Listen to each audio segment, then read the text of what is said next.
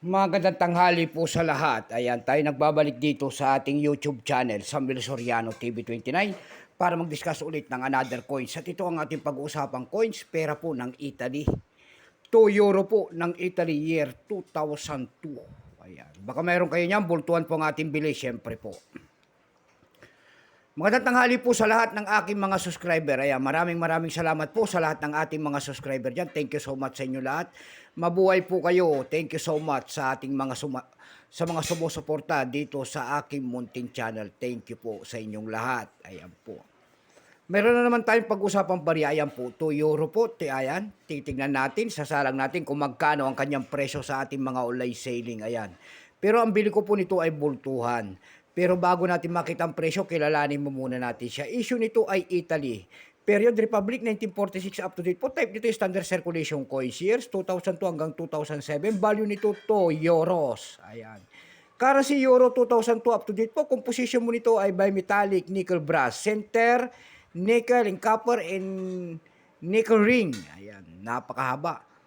May bigat lamang itong 8.5 grams, may habang 25.75 mm. May kapal po naman itong 2.2 mm. Hugis po, syempre, bilog. Orientation yan ay medal alignment. Number N-136, reference number KM-217.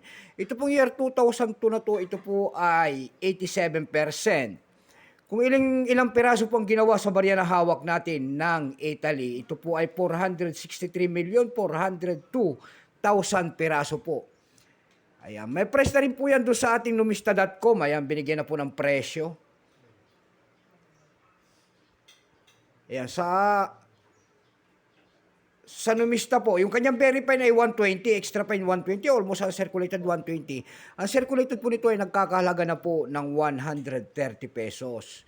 Tayo ay dumako naman sa kanyang mga presyo sa ating mga online selling. Ayan, para malaman natin kung magkano na ang kanyang price. Ayan, magaganda ang mga presyo nitong euro na ito sa mga online selling po. Ayan, sa ebay.com po, mayroon tayong nakita nagbebenta doon ng $40 nito at $75. Rare coins daw ito, ayan.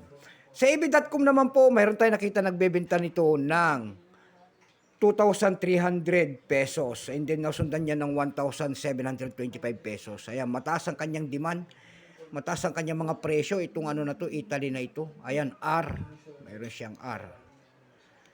Sa carousel page naman po, mayroon tayong nakita nagbebenta doon ng 130 pesos. And then nasundan po yung pinakamalit po ay 80 pesos. Ayan lamang po ang ating may babahaging kanyang presyo.